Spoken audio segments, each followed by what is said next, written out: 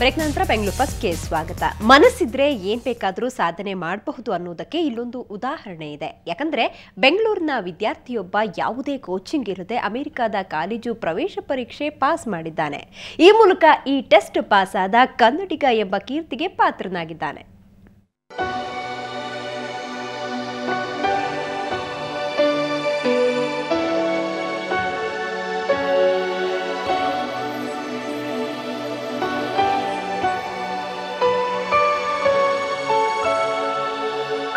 ಹೀಗೆ ಕಂಪ್ಯೂಟರ್ ಮುಂದೆ ಕೂತು ಪಟಪಟನೆ ಟೈಪ್ ಮಾಡ್ತಿರುವ ಈತನ ಹೆಸರು ನಿಶ್ಚಲ್ ನಾದಮುನಿ. ಬೆಂಗಳೂರಿನ ಯಲಹಂಕದ ಮಲ್ಯ ಅದಿತಿ ಇಂಟರ್ನ್ಯಾಷನಲ್ ಸ್ಕೂಲ್ನಲ್ಲಿ ಪ್ರಥಮ PUC ಓದ್ತಿರುವ ಈತನ ಸಾಧನೆ ಎಲ್ಲರನ್ನೂ ಹುಬ್ಬೇರಿಸುವಂತೆ ಮಾಡಿದೆ. ನವೆಂಬರ್ 3ರಂದು ನಿಶ್ಚಲ್ ಅಮೆರಿಕ ದೇಶದ ವಿಶ್ವವಿದ್ಯಾಲಯಗಳ ಪ್ರವೇಶಕ್ಕಾಗಿ ಶೈಕ್ಷಣಿಕ ಸಾಮರ್ಥ್ಯ ಪರೀಕ್ಷೆ ನಡೆದಿತ್ತು. ಇದನ್ನು ಈತ ಮೊದಲ ಪ್ರಯತ್ನದಲ್ಲೇ ಪಾಸು ಮಾಡಿದ್ದಾನೆ. ಈ ಮೂಲಕ ಈ ಪರೀಕ್ಷೆಯನ್ನು ಪಾಸು ಮಾಡಿರೋ ಜಗತ್ತಿನ ಕೆಲವು ವಿದ್ಯಾರ್ಥಿಗಳಲ್ಲಿ ನಿಶ್ಚಲ್ ಕೂಡ ಒಬ್ಬ ಅನ್ನೋ ಹೆಗ್ಗಳಿಕೆಗೆ ಪಾತ್ರನಾಗಿದ್ದಾನೆ. ಅಲ್ಲದೆ ಈ ಸಾಧನೆ ಮಾಡ್ತಿರೋ ರಾಜ್ಯದ ಮೊದಲ ವಿದ್ಯಾರ್ಥಿ ಅನ್ನೋ ಹಿರಿಮೆ ಕೂಡ ಈತನದ್ದೇ. The SAT test. So my father told me went to the US and I wanted to go there for college. So then I asked him, what do I have to do to go there? And it's very difficult. So he told me, you do well in your board exams, you do the SAT test also.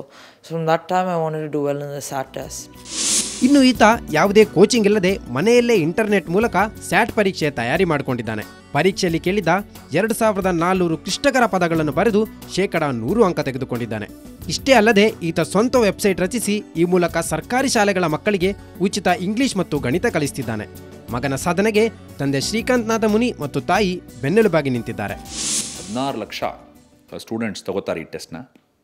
ಅದರಲ್ಲಿ very few people get the full score.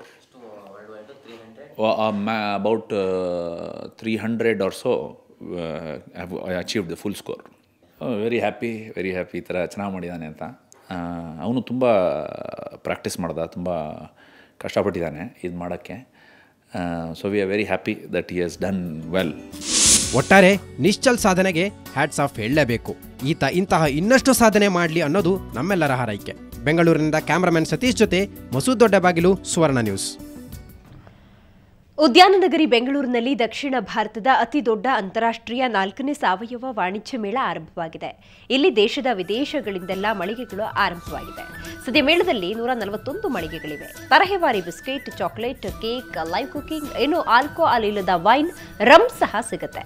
ಮತ್ತೊಂದೆಡೆ ಕಣ್ಣಿಗೆ ಹಬ್ಬ ತರಿಸೋ ಪುಷ್ಪ ಪ್ರದರ್ಶನ ಕೂಡ ಇದೆ. ರಾಸಾಯನಿಕ ವಸ್ತುಗಳ ಬಳಕೆ ಇಲ್ಲದ ಬೆಳೆಗಳ ಸಾವಯವ ಮೇಳದ ಸ್ಪೆಷಾಲಿಟಿ ಇಲ್ಲಿದೆ.